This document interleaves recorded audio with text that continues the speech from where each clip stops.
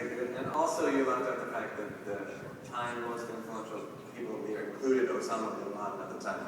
So, just before I even get started with anything, I just really want to thank all of you at PRSA and just take a minute to note 34 years of leadership and inspiration in the field. And to note also, from what I learned chatting backstage here,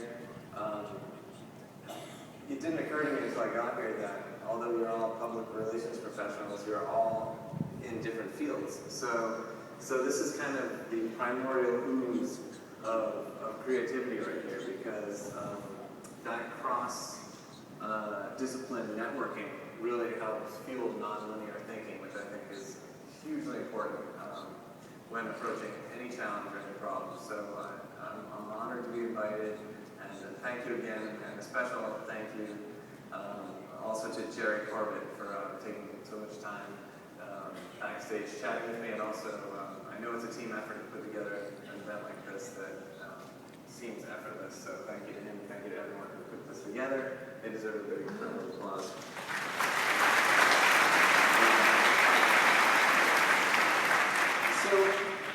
So today I was thinking, I was sort of cramming last night because I got back from New York late last night, and then this morning I woke up at 5 a.m. with my 10-month-old, because Livy and I sponsored a Goblin Jamboree that I was at all morning. So to me it's like the end of the day. But that's good. It's good. We'll have cocktails after. Anyways, what I want to talk about is a little bit more high level today. I want to tell a bunch of stories, and if you don't find them educational, I hope you'll at least find them amusing. I want to talk about failure and its alternate success, and I want to talk about opportunity, creativity, change, altruism, and to what I was referring to earlier in terms of cramming last night, I want to talk a little bit about what's next. I didn't realize that the theme of today's conference was "The Future is Now," or "The Future Starts Now," and I think that's appropriate for what I want to sort of touch on, but I also want to leave time for Q&A after. So we'll get started. I want to show you this picture that was taken 30 seconds after I got married. I look like the happiest guy in the world. My wife looks like she made the biggest mistake of her life. This body language is just indisputable. And I think I won her over, though, because I somehow managed to come up with this quote from this guy, Ben Franklin, and he said, "Perhaps the history of the errors of mankind, all things considered, is more valuable and interesting than that of their discoveries." And I think it worked because we're still very happily married, as far as I know. And so on the subject of failure, or errors while we're on it, I want to talk about a story that it's not even my story. It's from a film from the 80s, a German film from the 80s by Wim Wenders. Don't watch the remake with Nicolas Cage. That's terrible.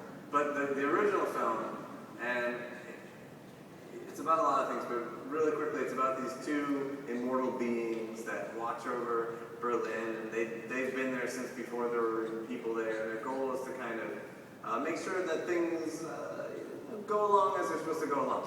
And the thing is, no one can see them, and they can't interact with other people. And one of these two angels decides that he wants to know, he falls in love with this circus trapeze artist. It's a bit of an art show. And he falls in love with this circus trapeze artist, and he starts thinking about it, and he wants to know what it would feel like to hold a hot cup of coffee in his hands. He wants to know what it would be like to taste food. He wants to know what it would be like to kiss a woman. He wants to know what it would be like to live and do all these things that he can't do. So he tells his buddy Angel, "Hey, I'm going to renounce my immortality, and I want to fall to earth as a mortal man, so I can do all these things." The other guy's like, "Are you crazy? You're going to die like everybody else. You'll have a limited amount of time." And he says, "I know, but I really want to do these things."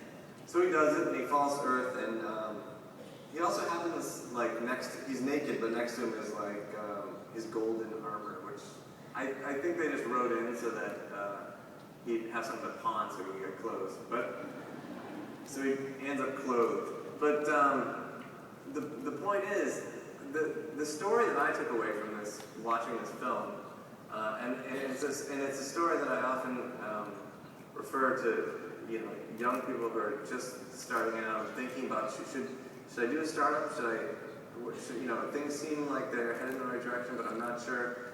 And I realized just in watching this movie that in order to succeed spectacularly, you need to be willing to fail spectacularly. So in this case, he needed to be willing to die to achieve his goals. I don't advocate going that far, but you really need to be willing to just accept that humiliation and that ultimate failure, and that's part of it. That's part of that entrepreneurial spirit. And you don't necessarily need to be an entrepreneur to have that kind of entrepreneurial spirit, that willingness to go all the way, even if it means utter failure. It's the only way you're going to achieve that spectacular success. So failure and success, I think, go very much hand in hand.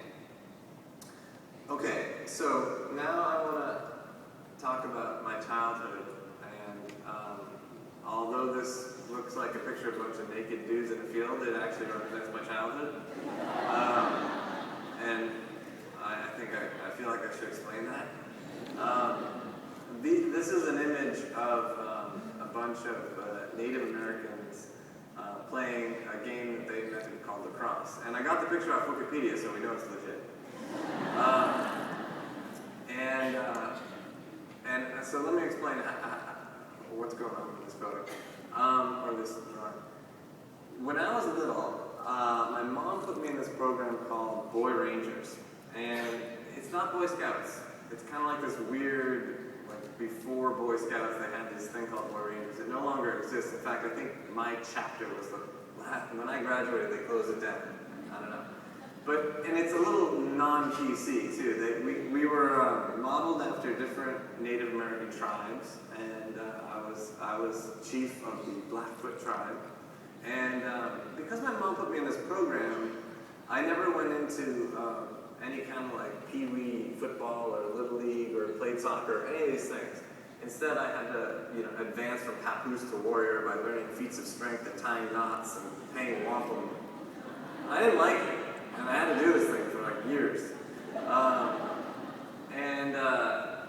And so I did that. And then when I got to high school, I thought, well, I'm pretty naturally athletic, and I think it would be a good idea to be on a sports team, because it seems like if you're on a sports team, you get pretty well integrated into high school. So I decided I would try out for one of the teams, or any of the teams, or all of the teams. And when I got to the basketball court, for example, there's just all these lines, and I was so intimidated by the rules. I didn't know any of the rules, and so baseball, forget about it. That's like some kind of religion with their rules, and so I just held back. And what coach wanted?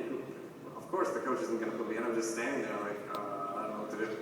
So I did a little research, and I found that there was a sport that my high school didn't offer, and it was lacrosse. And so I asked the administration, if I can find enough boys and a coach, can I start a boys lacrosse team at the high school? And they were like, yeah, sure, if you can do that, fine. And I was able to do it. So what I ended up doing was creating a team, which was called a club team at first, and I ended up being really good at lacrosse. My reasoning was, if everyone was clueless about how to play lacrosse, then it was a level playing field, so to speak, and I was totally comfortable playing it, and I was actually ended up being good at it. And just like I was chief of the Blackfoot Indian tribe, they elected me captain of the lacrosse team. So I got exactly what I wanted to do, which was get on a sports team. And two things did occur to me later. One, I probably could have just learned the rules of one of the other sports.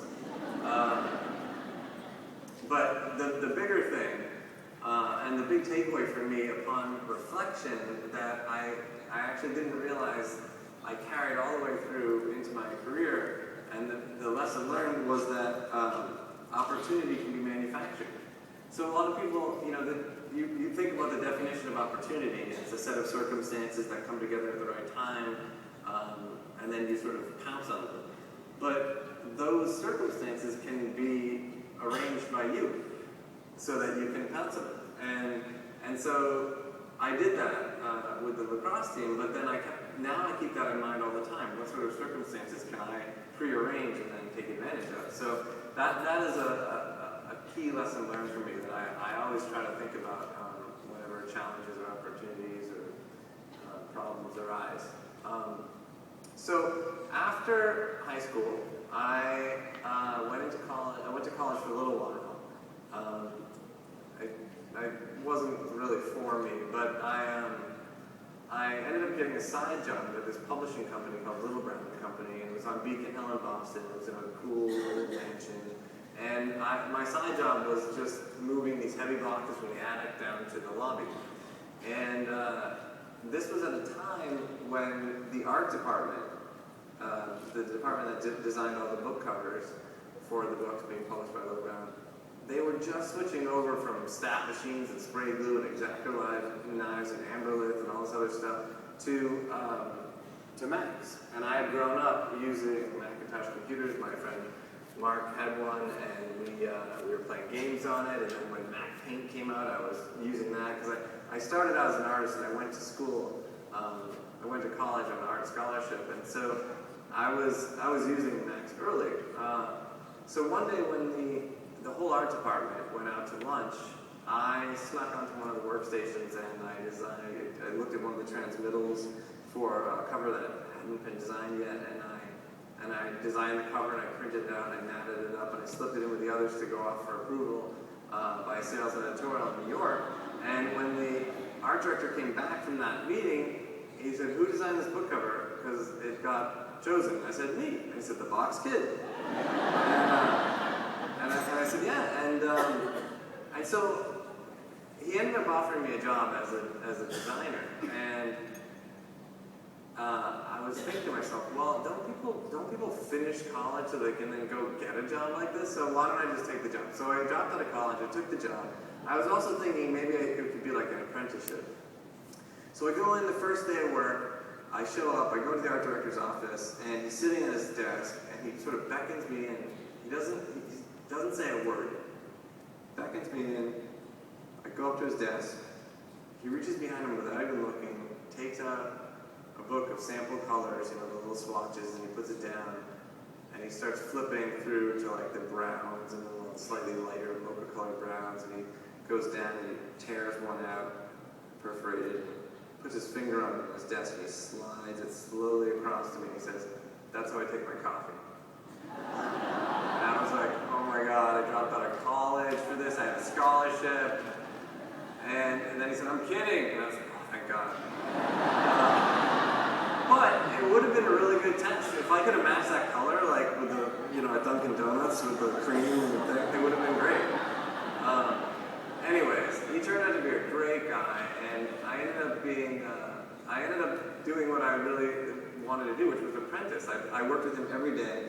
Upon reflection, I realized he was totally clueless on the Mac and Photoshop and everything. I think he sort of was hoping, like, "Will you just do this for me?" But it didn't matter. I learned so much working with him and sort of studying under him.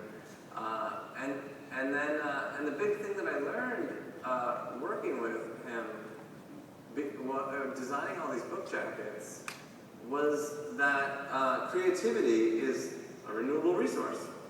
No matter what, there's always another jacket design I can try if sales and editorial didn't like the one.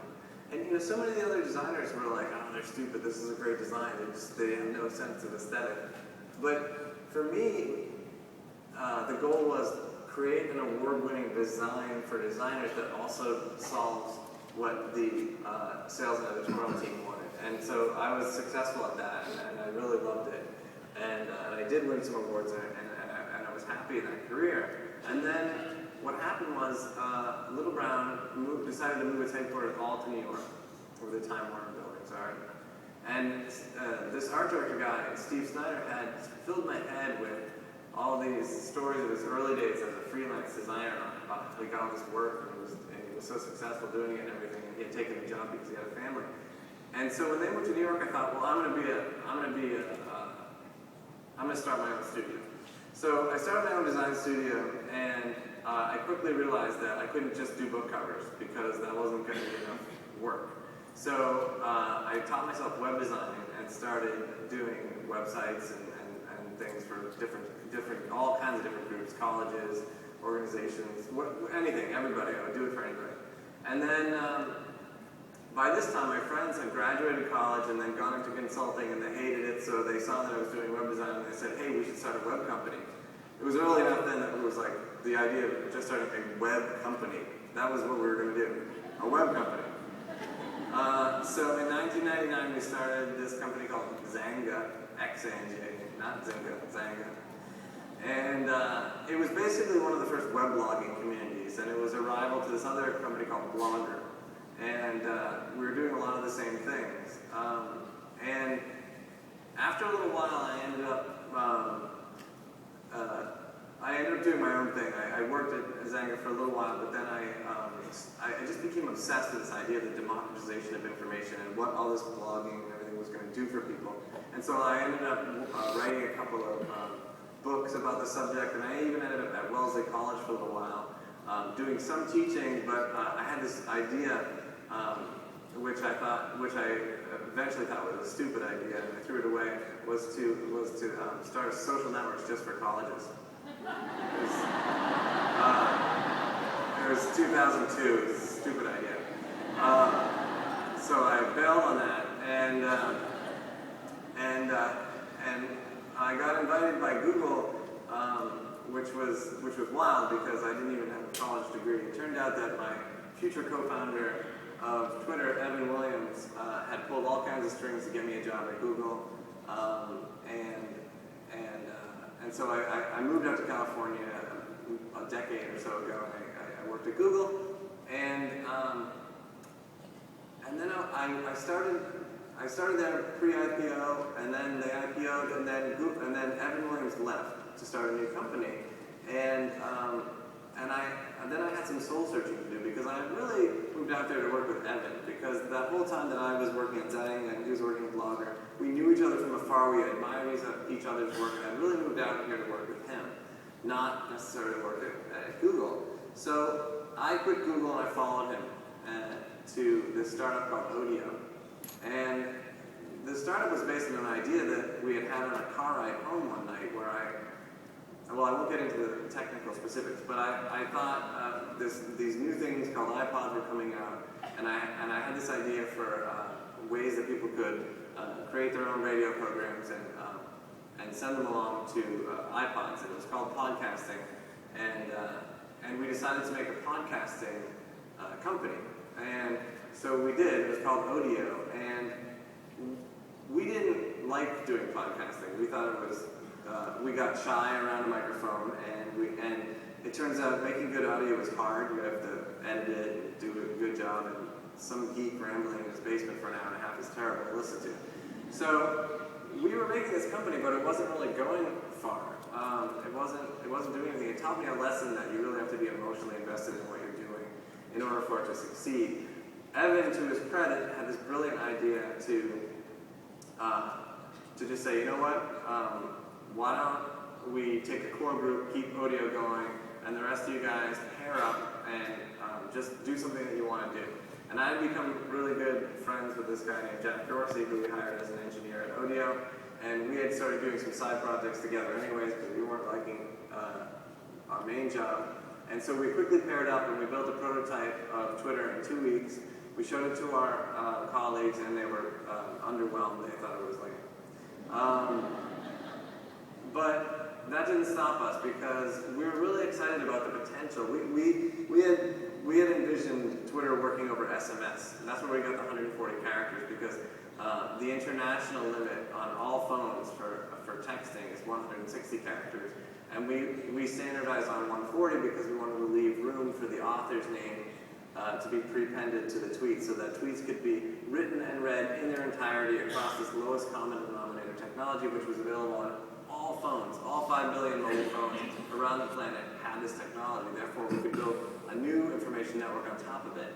And then we added the web, which made it an even wider global, or the concept of a wider global use. And everyone just thought it was a terrible idea. And what happened was, very early on, fun things happened. Like one early prototype, during the prototyping phase, my wife and I decided to buy this tiny little house in Berkeley, and I had watched enough Bob Vila in this old house as a kid to think that I could do some home improvement. And I knew that if you ripped up all the wall-to-wall carpeting, you would expose the beautiful wood underneath. There was no beautiful wood, but I was halfway through, and I was sweating. It was a heat wave, and my phone buzzed in my pocket, and it was Evan. And his tweet said, "Sipping Pinot Noir after a massage in Napa Valley." And I thought to myself, oh my God, the incongruence of these two things is making me laugh. So I was laughing out loud, and I thought to myself, I'm having joy. I'm filled with joy working on this thing. The main critique of Twitter at the time was Twitter is not useful, to which Evan replied, well, neither is ice cream. Should we ban ice cream and all joy? And so that's what kept us going, and that really resonated, because what happened later on was we went to this, the real watershed moment, aside from this fun stuff, the real watershed moment was that there was 25,000, maybe 50,000 early adopters on Twitter, mostly Bay Area dudes. We went to this thing called South by Southwest. It's a festival in Austin, Texas. First part of it is for nerds. And we went to that, and there was a guy at a bar, and he tweeted out, this place is too crowded for networking, I'm gonna go to this other quiet place. And in the 8 minutes it took him to walk over there, the place was filled to capacity and there was a line out the door, so his plan totally backfired. But what it made me realize was, oh my God, in 8 minutes, all of these people convened in this one area. It made me think about a flock of birds, the idea of a flock of birds moving around an object in flight. It looks so choreographed and so complicated, and yet it's not. It's rudimentary information being exchanged among individuals in real time that allows the many to suddenly become one and then become many again. And while it's prevalent in nature, I couldn't think of any technology that allowed for this in humanity. And that's when the hair stood up on the back of my neck, and I realized we had invented a new information network, a new form of communication. We went back 2 days later and actually formed Twitter Incorporated. And from that point on, we started getting mentioned almost with every big event that started to happen around the world. So earthquakes, tweet-ups were being formed to raise money for charities, and all of these big things were happening around the world. And then you know, in the Middle East, and when the Arab Springs happened, and all of this stuff, Twitter started getting involved in all of these things as a technology platform. And the big lesson that I learned from that was that if we were to be a triumph, then we were not to just be a triumph of technology.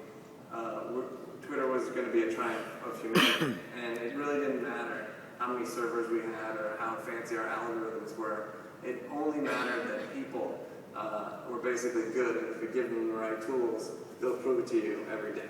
And that was the really big takeaway for us, and that's what got us up every morning to work on Twitter, was that it wasn't about us, it was about people doing amazing things all around the world, not just with Twitter, but with social media in general.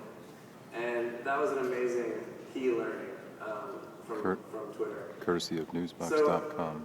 So, now I'm going to revisit my childhood again. This is me as a professional kid. It's funny that I had a suit then, and I don't have a suit now. I need to get a suit. I'm going to a wedding in November, and I need to see if I can get a suit. So when I was a kid, I thought that being a good person was something that you were just supposed to do. So if someone was outside of a store collecting Courtesy of money Newsbox.com. to help alleviate poverty in some area, you were just supposed to give them what you had because that was part of being a person. And I never thought that anyone was measuring whether or not that behavior was having any kind of impact. In fact, I thought the opposite. I thought that it was an unsolvable problem and that people would just, you were just supposed to give to it and it was never get fixed. And it was just part of being a person. And then I started working with a bunch of different organizations, but one in particular that really highlighted something for me, and that was Product Red. The people at Product Red told me about this program that they have where they give out these retroviral pills for people who have HIV in Africa. And when you take these pills for about 3 months, you go from basically death's door to healthy and vibrant again. It's amazing. And this is an image, actually, of an 11-month-old girl, basically the same age as my boy. And this is her 90 days after being treated with the pills, which are like 40 cents a day. And then the thing that they taught me was that as they're treating these folks that have HIV, and they call this the Lazarus effect because of the transformation. And what happens is more than just one individual becoming healthy. What happens is kids go back to school, moms and dads go back to work or being moms, teachers go back to work, and an entire geoeconomic area gets stabilized. And then they go into the next unstable area and they start treating it, and so on and so forth. And it actually has a real measurable impact on a large swath across a large swath of people. And that's when I realized, oh, and by the way, this is the same girl now. She's 5 years old, she's still healthy as a kid.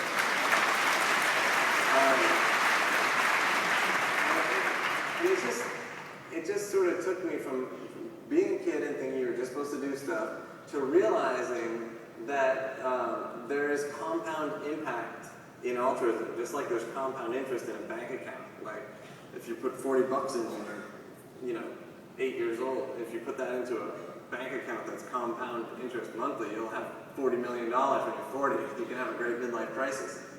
So the idea that so many people have the wrong idea about philanthropy or about giving back. They think that they have to wait until they're comfortable and in order to be able to sort of throw money at a problem. But the opposite is true.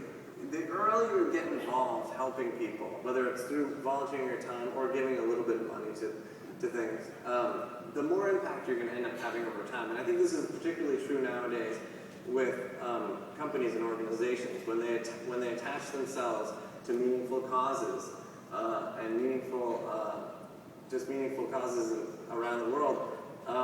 They tell an increasingly savvy consumer that they care about something, and that consumer then chooses that product because they want to choose something that's meaningful and impactful, and they want to know that they're doing something meaningful in the world simply by making that choice. So I actually think that philanthropy is the future of marketing, and that we'll see budgets moving towards doing good things. At least 75% of the budget, save 25% to make a whole big deal about how you did that great thing. But nevertheless, I think that we're going to see that because it's about storytelling and it's about people and it's about doing meaningful, impactful things in the world. So that was a huge lesson learned for me, and at Twitter we actually hired a corporate social responsibility person 3 years before we hired our first salesperson. So we decided that we would build that into the very culture of the company. Okay, so I want to leave time for Q&A. I don't know how we're doing, but I want to leave plenty of time for Q&A. So now I want to sort of talk about what's next.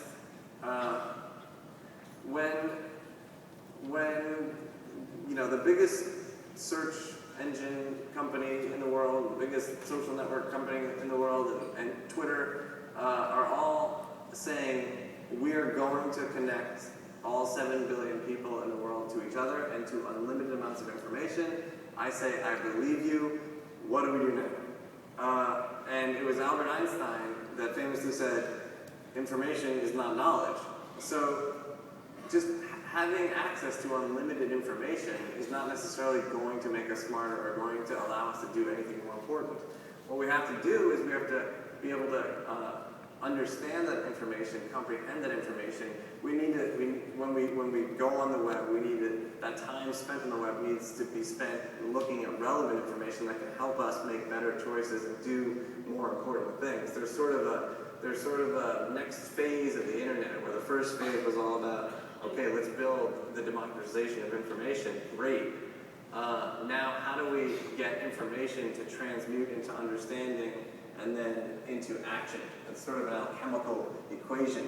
And that's the question that my new company, Obvious, and the team and I are trying to answer. What's next? How do we make a world in which the right information gets to the right people at the right time, such that they can do something about it and make the world a better place?